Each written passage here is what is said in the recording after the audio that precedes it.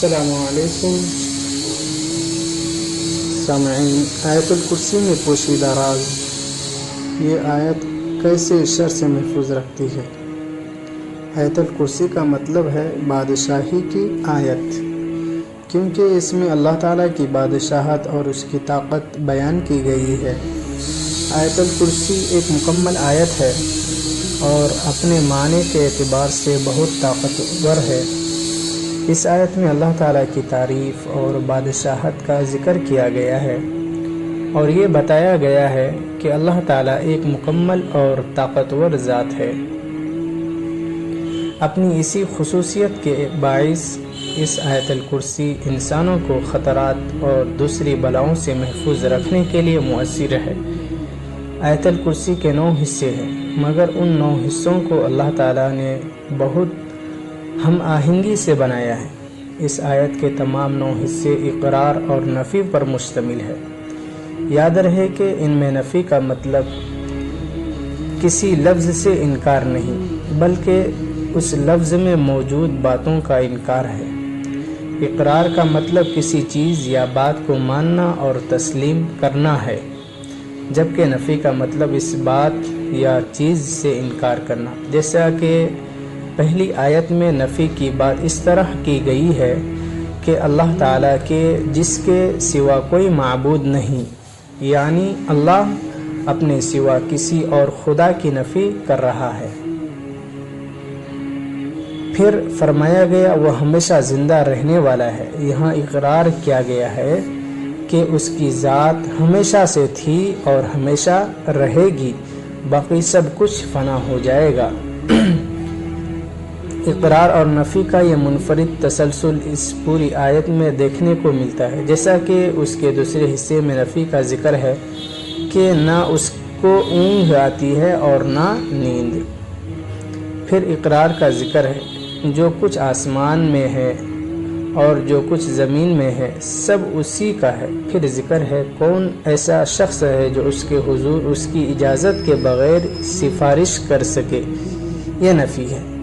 جو کچھ لوگوں نے روبرو ہو رہا ہے اور جو کچھ ان کے پیچھے ہو چکا ہے اسے سب معلوم ہے، یہ اقرار ہے، اور اس کی معلومات میں سے کسی چیز سے دسترس حاصل نہیں کر سکتے۔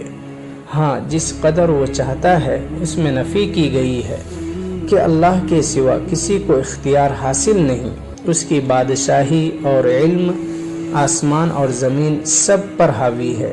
یہاں اقرار کیا گیا ہے اللہ تعالیٰ کی بادشاہت کا اور اسے اس کی حفاظت کچھ بھی دشوار نہیں۔ یہاں نفی ہے، وہ بڑا عالی مرتبہ اور جلیل القدر ہے۔ اس آخری جملے میں اقرار ہے کہ وہی سب سے بڑا ہے۔ اب اسی آیت میں ایک اور گہرا راز بھی پوشیدہ ہے، جیسے اگر آپ جانیں گے تو یقیناً حیران ہو جائیں گے کہ الفاظ اور حروف کا یہ زبردست ملاپ واقعی قرآن کا اصل حسن ہے۔ آیت الکرسی کے پہلے جملے میں ہم اللہ تعالیٰ کے 2 صفات کو دیکھ سکتے ہیں، یعنی زندہ اور ہمیشہ رہنے والا۔ اب اس آیت کے آخری جملے میں بھی اللہ تعالیٰ کے 2 صفات بیان کیے گئے ہیں، یعنی عالی مرتبہ اور جلیل القدر۔ پھر اس آیت کے دوسرے اور 8ویں حصے کو اگر گہرائی سے دیکھا جائے تو دونوں میں اللہ تعالیٰ کے بارے میں ایک ہی بات بیان کی گئی ہے کہ وہ کسی قسم کی تھکاوٹ سے پاک ہے۔ جب اللہ تعالیٰ کسی چیز کی حفاظت کرتا ہے تو اسے نیند آتی نہیں ہے، یعنی اسے نہ نیند آتی ہے اور نہ اونگ، اور زمین و آسمان کی نگرانی بھی اللہ تعالیٰ کو تھکاتی نہیں ہے۔ پھر اس آیت کے تیسرے اور 7ویں حصے کو دیکھنے سے معلوم ہوتا ہے کہ یہ آپس میں ملتے جلتے ہیں۔ ان حصوں میں اللہ تعالیٰ انسان کو باور قرار دیتا ہے کہ وہ نہ صرف زمین اور آسمان کا مالک ہے بلکہ تمام کائنات میں پھیلی ہوئی ہر شے کا بادشاہ بھی ہے۔ اس چوتھے اور چھٹے حصے میں اللہ تعالیٰ انسان کو اس کے کمزور اور اللہ تعالیٰ کے محتاج ہونے کی یاد دہانی کرتا ہے، اور پھر کہتا ہے سوائے اس انسان کے جسے اللہ تعالیٰ خود طاقت عطا کر دے۔ اب پہلا اور آخری، دوسرا اور 8واں، تیسرا اور 7واں، چوتھا اور چھٹا حصہ ایک دوسرے سے منسلک ہے، لیکن 5ویں حصے میں کیا ہے؟ اب سب سے حیران کن اور زبردست بات اس آیت کا درمیانہ اور 5واں حصہ ہے۔ اس میں اللہ تعالیٰ انسان کو بتاتا ہے کہ وہ جانتا ہے اس آیت میں اس نے پہلے کیا بیان کیا ہے اور بعد میں کیا بیان کیا ہے۔ اب غور کرے کہ کون سی ایسی باتیں بتا رہا ہے۔ بے شک اللہ، اور جس طرح اللہ ان تمام باتوں کو بیان کر رہا ہے تو ایسی زبردست وضاحت اللہ تعالیٰ کے سوا کوئی اور نہیں کر سکتا، جو اس بات کا بھی ثبوت ہے کہ قرآن لکھے ہوئے الفاظ نہیں بلکہ یہ اللہ تعالیٰ کا کلام ہے، جس میں ہر ایک حرف اللہ تعالیٰ نے فرمایا ہے۔ ابی بن کعب رضی اللہ تعالیٰ عنہ بیان کرتے ہیں کہ نبی کریم صلی اللہ علیہ وسلم نے ان سے سوال کیا کہ کتاب الانعام میں سب سے عظیم آیت کون سی ہے؟ کتاب الانعام میں سب سے عظیم آیت کون سی ہے؟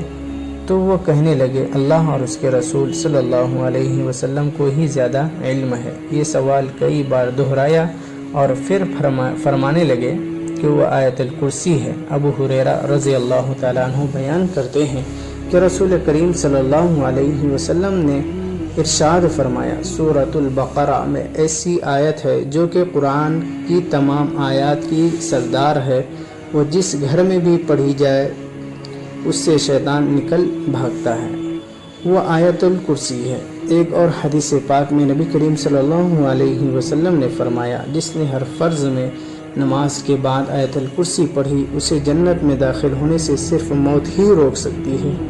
صحیح بخاری کی روایت سے یہ بات ثابت بھی ہوتی ہے کہ جو انسان سونے سے پہلے آیت الکرسی کی تلاوت کرے گا تو صبح تک اس کی حفاظت کا ذمہ اللہ تعالیٰ کے حکم سے فرشتے کریں گے۔ اور حضرت علی رضی اللہ تعالیٰ عنہ کا ارشاد ہے کہ آپ صلی اللہ علیہ وسلم نے ارشاد فرمایا کہ جس گھر میں آیت الکرسی پڑھی جاتی ہے تو شیطان وہاں سے بھاگ جاتا ہے اور 3 دن تک اس گھر میں داخل نہیں ہوتا اور 40 دن تک اس مکان پر صحت کا اثر نہیں ہو سکتا۔ حضرت خواجہ معین الدین چشتی اجمیری رحمۃ اللہ علیہ فرماتے ہیں کہ فتاویٰ جہیریہ میں تحریر ہے کہ حضور اکرم صلی اللہ علیہ وسلم نے فرمایا کہ جو شخص آیت الکرسی پڑھ کر گھر سے نکلے تو اللہ تعالیٰ 70,000 ملائکہ کو حکم دیتا ہے کہ اس کے واپس آنے تک اس کے مغفرت کی دعا کرتے رہا کرو، اور جو شخص آیت الکرسی پڑھ کر گھر میں داخل ہوگا تو اس کے گھر سے اللہ تعالیٰ مفلسی کو دور فرما دے گا۔ خالق کائنات نے اپنی تخلیق کردہ ہر جاندار اور بے جان حتیٰ کہ اپنے کلام کو بھی الفاظ کے توازن اور تناسب کا حسن بخشا ہے۔ قرآن مجید کی تلاوت میں لطف ہے، اس کے پیچھے الفاظ اور آیات میں توازن اور تناسب ہے۔ یہی وجہ تھی کہ جب کفار جو قرآن کو انسان کا کلام کہتے تھے ان کو چیلنج دیا گیا کہ اگر تم اس شک میں ہو تو میرے بندے پر نازل شدہ کتاب کے بارے میں تو اس جیسی کوئی ایک صورت ہی لے آؤ، اور اللہ تعالیٰ کے سوا جو کوئی تمہارے مددگار ہے انہیں بھی بلا لو۔ اللہ ہم سب کو قرآن مجید کی ہر آیت کو پڑھنے اور سمجھنے کی توفیق عطا فرمائے۔ بھائیوں، میں آپ سے آخر میں ایک گزارش کرتا ہوں کہ آپ اگر ہمارے چینل میں نئے ہیں تو ہمارے چینل کو سبسکرائب کر دیجئے اور بیل آئیکن کو بھی دبا دیجئے۔ السلام علیکم۔